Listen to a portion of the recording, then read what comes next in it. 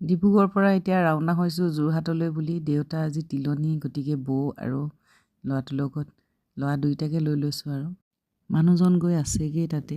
আহি পালোহি আৰু ঘৰ। এইফালে মুনিন মিন্দৈ বাইদেউ চব গ'লগৈ আকৌ বাইদেউ গ'লগৈ বৌ এইফালে মাকন বাইদেউ।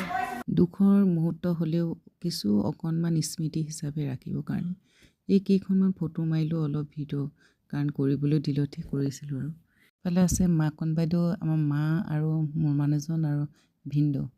এয়াই ফটো এখন মাৰি থলোঁ। আৰু বহুত বছৰ হ'ল বাইদেউ ভিনদেউক লগ পোৱা নাছিলোঁ। ঘৰৰ মানুহবিলাকক কেতিয়া লগ পোৱা হয় জানেনে?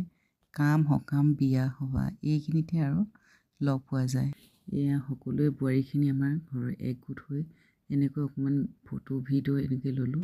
জাজলি এই সৰু এটা চিন থাকিব বুলি আৰু মানে আজি আমাৰ দদাইদেউৰ আজি তিলনি, এই তিনিজোপা তিলনি গোটেই বংশৰ পৰিয়াল আজি আমি ইয়াতে সমবেত হৈছোঁ।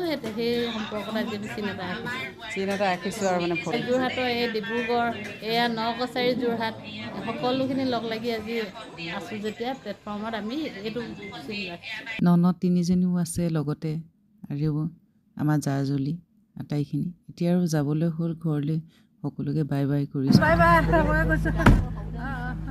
বাই বাই এয়া বৌ কি মিলেগা বাই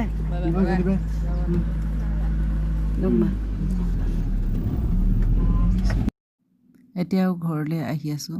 আহি থাকোঁতে বেলি পৰিব হৈছে। ইমান ধুনীয়া বেলিটো যোৱা সময়ত মোৰ কিন্তু এই দৃশ্যটো খুব ভাল লাগে।